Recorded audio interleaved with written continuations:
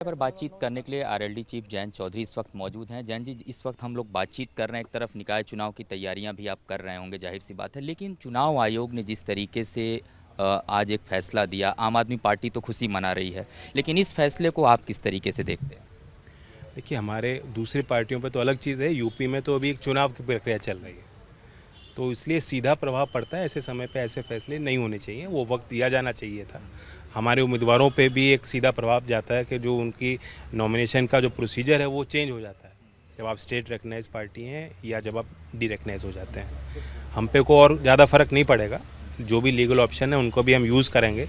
ना ही हमारे किसी वर्कर पे फ़र्क पड़ रहा, ना चुनाव पे फ़र्क पड़ेगा, क्योंकि लोगों ने वो भी दिन देखे हैं जब हमारे विधायक जो है नहीं जीत पा रहे थे।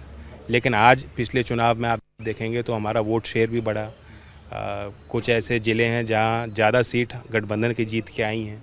तो ये सीधा प्रमाण है कि लोगों की इच्छा थी कि लोकदल को हम दोबारा खड़ा करें, मजबूत करें। एक चीज़ और देखा जाता है अक्सर, संयोग और प्रयोग दोनों अलग अलग शब्द हैं। ये तो मैं कहूँगा एक सहयोग है जो आप कह रहे हैं, लेकिन एक प्रयोग जो ईडी और सीबीआई के रूप में हो रहा है, सभी दल सुप्रीम कोर्ट भी पहुंच गए थे। क्या लगता है चुनाव से ठीक पहले या जिन राज्यों में चुनाव हैं, चाहे हम तमिलनाडु की बात करें, अन्य राज्यों की बात करें, वहाँ ईडी सीबीआई ज़्यादा दिखाई दे रही है एक्टिवेट, बिहार में भी? लगता तो ऐसा ही, जो फैक्ट्स हैं वो तो ऐसे ही आते हैं, और आप हिम्मत वाले हो मीडिया में जो बात कह रहे हो। एक सवाल ये भी है जयंत जी, जिस तरीके से निकाय चुनाव की तैयारियां चल रही हैं, समाजवादी पार्टी की अगर बात करें, आपकी पार्टी किस तरीके से आप लोग प्लान कर रहे हैं इस पूरे चुनाव को, और क्या जो उम्मीदवार हैं उन्हें किस तरीके से वरीयता दे रहे हैं, कैसे उनको चिन्हित कर रहे हैं? देखिए, सबसे पहला फैक्ट तो ये ज़्यादातर उस उम्मीदवार के चेहरे पे लड़ा जाता चुनाव है।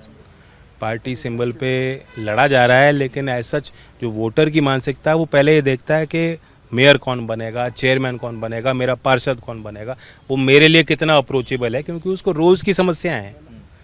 आम नागरिक की रोज़ की समस्याएं हैं जिनको वो सुलटाना चाहता है, सल्यूशन चाहता है, वो काम चाहता है।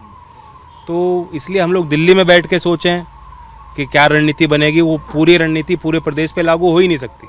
हर क्षेत्र की अपनी अलग आवश्यकताएं हैं, हर नगर की, हर शहर की अपनी अलग मुद्दे हैं। तो स्थानीय लेवल का चुनाव है, स्थानीय लेवल पे ही लड़ा जाएगा। हमारे लोग तो ज़मीन पे काम कर रहे हैं। तो ये थे हमारे साथ जयंत चौधरी, जिन्होंने कई मुद्दों पर खुल करके हमसे बातचीत किया। कैमरामैन भूषण के साथ गौरव मिश्रा, न्यूज़ इंडिया, दिल्ली।